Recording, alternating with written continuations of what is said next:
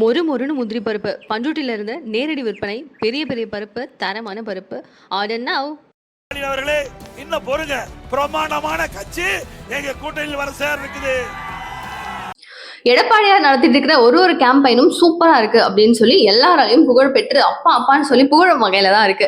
அவர் சொல்லியிருக்க ஒரு விஷயம் வேற லெவலுங்க. என்ன சொல்லியிருக்காரு அப்படின்னு பாத்தீங்கன்னா, எங்களுடைய ஸ்டாலின் அவர்களே நோட் பண்ணுங்க, எங்களுடைய கூட்டணியில செம்ம பெரிய ஒரு பிரம்மாண்டமான ஒரு கட்சி வந்து எங்க கூட்டணியில இணைய போறாங்க.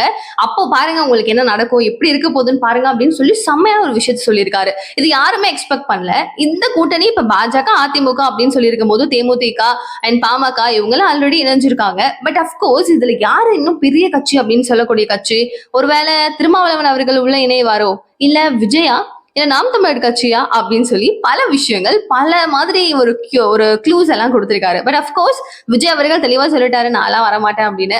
அதே மாதிரி இப்போ நம்மளோட நாம் தமிழர் கட்சியும் எப்பவுமே கூட்டணி செட் ஆகாது, எனக்கும் மக்களுக்கும் மட்டும்தான் அப்படின்னு சொல்லி அவரும் தெளிவா சொல்லிட்டாரு. அண்ட் திருமாவளவன் அவர்கள் எப்படி வச்சு இழுத்தாலும் வரப்போறதுல திமுக கூட கம்மு ஓட்டின மாதிரி அவர் ஷோரா அங்கதான் இருக்க போறாரு. வேற என்ன கட்சியா இருக்கும்னு நம்ம யோசிச்சுட்டு தான் இருக்கணும் போல. பட் மாசா அவர் சொன்ன விஷயம் சும்மா உருட்டுக்காக இருக்குமா இல்ல உண்மையா இருக்குமா அப்படிங்கறத நீங்களும் கொஞ்சம் கமெண்ட் பாக்ஸ் சொல்லுங்க, நம்ம பேசலாம், தெரிஞ்சுக்கலாம்.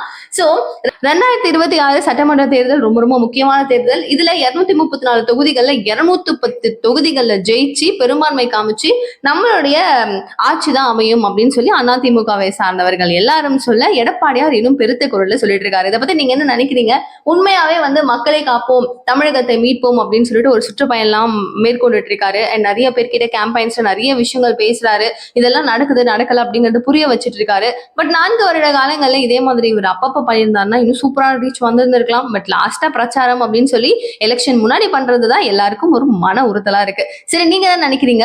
இந்த கூட்டணியில விஜயா இல்ல சீமானா இல்ல திருமாவளவன் அவர்களா, யாருன்னு நினைக்கிறீங்கன்ற உங்கள் கருத்து ரொம்ப ரொம்ப இம்பார்ட்டன்ட். மறக்காம மிஸ் பண்ணாம கமெண்ட் பாக்ஸ் சொல்லுங்க. தேங்க்யூ சோ மச் ஃபார் வாட்சிங். பாய்.